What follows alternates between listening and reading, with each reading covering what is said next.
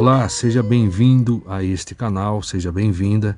Se você não for inscrito ou inscrita, convidamos você a se inscrever, também deixa seu like. Nós estamos lendo o primeiro livro de Reis. Tá? Se você quiser acompanhar, basta você clicar, acionar ali o sininho para receber as próximas notificações das próximas postagens. Tá? Então, nesse momento, sem delongas, vamos para o conteúdo de hoje.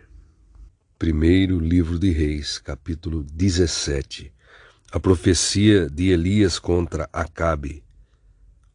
Eliarro, Elias, o tesbita, que habitava em Gileade, declarou a Avave, Acabe: Tão certo como vive Yahvé, o Senhor, Deus de Israel, a quem sirvo, juro em nome do Eterno que não cairá orvalho nem chuva nos anos que se seguirão, exceto mediante a minha palavra.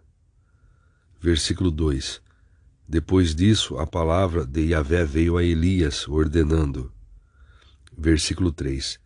Retira-te daqui, vai para leste, e refugia-te perto do ribeiro de Querite, a leste do Jordão. Versículo 4. Beberás do ribeiro, e eu ordenei aos corvos que ali te deem alimento. Versículo 5. Então Elias partiu e fez tudo conforme a palavra de Yahvé. Foi morar perto do riacho de Querite, a leste do Jordão. Os corvos lhe traziam pão e carne pela manhã, como também pão e carne ao pôr do sol, e ele saciava sua sede nas águas do ribeiro. Versículo 7. Entretanto, passados alguns dias, a torrente secou, porquanto as chuvas haviam cessado sobre a terra. Os milagres em Sarepta. Versículo 8. Então a palavra do Senhor lhe foi dirigida nestes termos, : Apronta-te e vai viver em Sarepta, cidade que pertence ao território de Sidom. Ordenei ali a uma viúva que te providencie teu sustento. Ordenei ali a uma viúva que te providencie teu sustento. Versículo 10. Ele partiu em direção a Sarepta, e quando chegou à entrada da cidade, estava ali uma viúva apanhando lenha. Ele a chamou e lhe solicitou: Traz-me, por favor, uma vasilha com um pouco de água, para que possa saciar minha sede. Versículo 11. Quando ela estava se retirando para buscar a água, ele a chamou uma vez mais e lhe pediu: Por favor, traz-me também um pedaço de pão. Versículo 12. No entanto, ela replicou: Tão certo como vive Yahvé, Senhor teu Deus, juro por seu nome, que não tenho um bolo sequer, senão tão somente um punhado de farinha numa vasilha e um pouco de azeite na botija.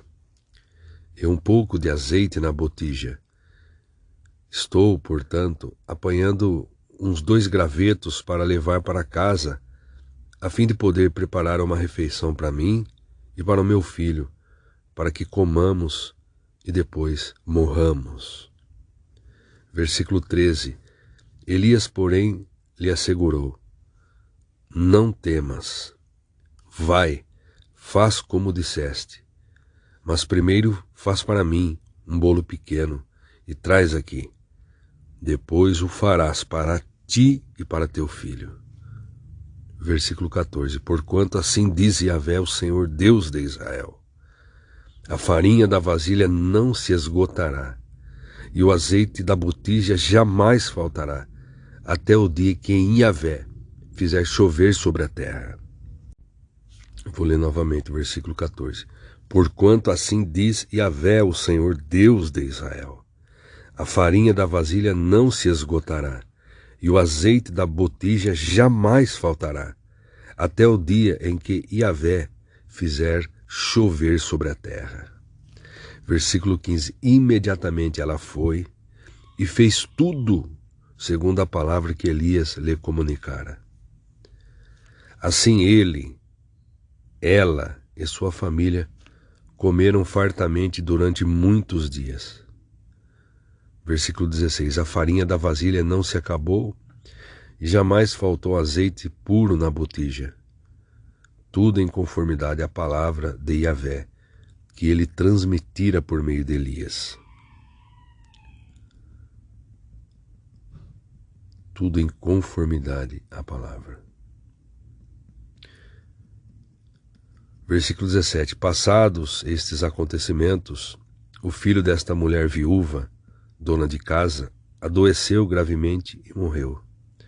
Versículo 18. Então ela reclamou a Elias: Que foi que eu te fiz de mal, ó homem de Deus? Vieste para condenar-me pelo meu pecado e matar o meu filho? Versículo 19.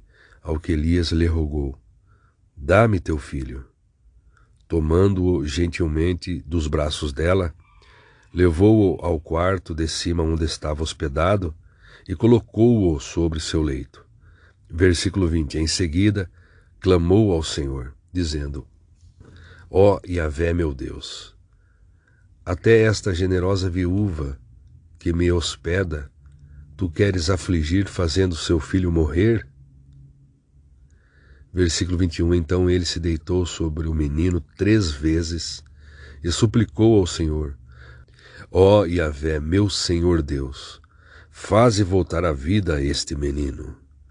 Versículo 22. E o Senhor ouviu o clamor de Elias. A vida retornou ao menino, e ele viveu.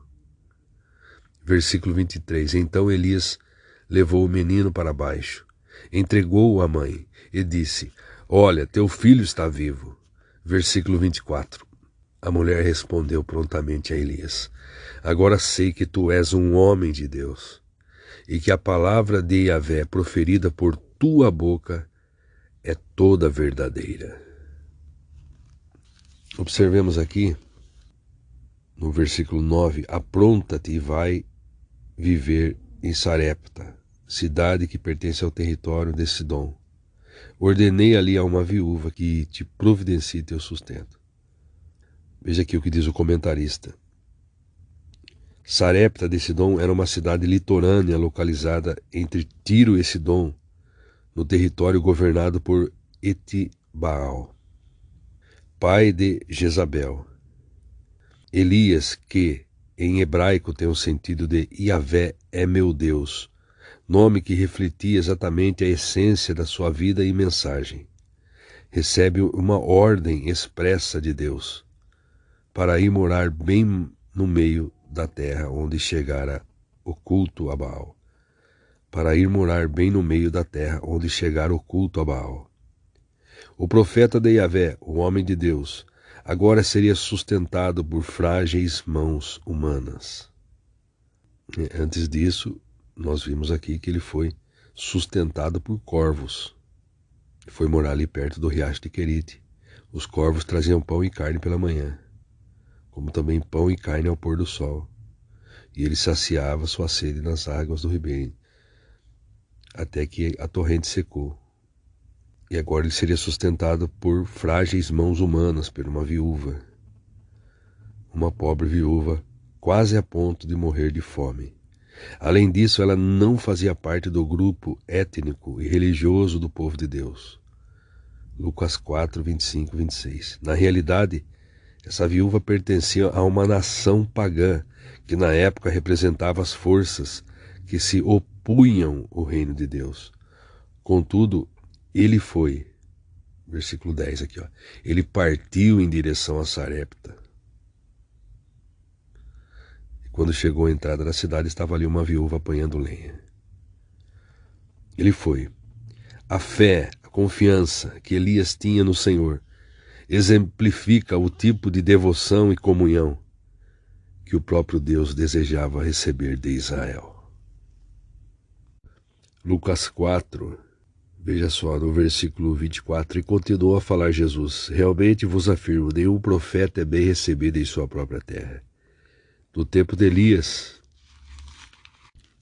posso lhes afirmar com certeza que havia muitas viúvas em Israel, quando o céu foi fechado por 3 anos e meio. Quando o céu foi fechado por 3 anos e meio, e grande fome ocorreu em toda a terra. Contudo, Elias não foi mandado a nenhuma delas, senão somente a uma viúva de Sarepta, na região de Sidom. Assim também no tempo do profeta Eliseu havia muitos leprosos em Israel, mas nenhum deles foi purificado, a não ser Naamã, o sírio.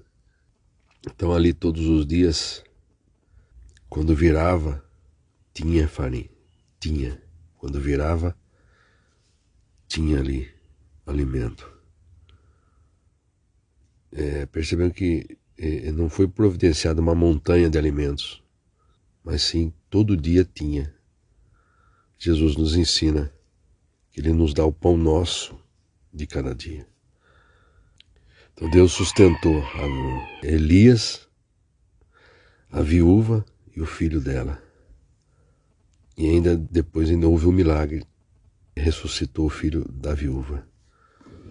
As palavras de Jesus são acompanhadas de poder. Creiamos na palavra de Jesus. Lembrando que nós estamos lendo o Velho Testamento para nosso conhecimento histórico. Nós vivemos o Novo Testamento, nós vivemos a graça, o tempo da graça. E nós procuramos veementemente buscar obedecer às palavras de Cristo Jesus. Tudo que Jesus fala é lei. Jesus falou é lei, acontece. E toda a palavra de Jesus é acompanhada de poder. As palavras de Jesus são determinações que nós devemos seguir. O que Jesus falou para fazer, sim, nós fazemos. O que Jesus falou para não fazer, nós buscamos não fazer. São determinações. Devemos ter reverência, temor, seriedade, porque sabemos do poder da palavra de Jesus. Pensemos nisso.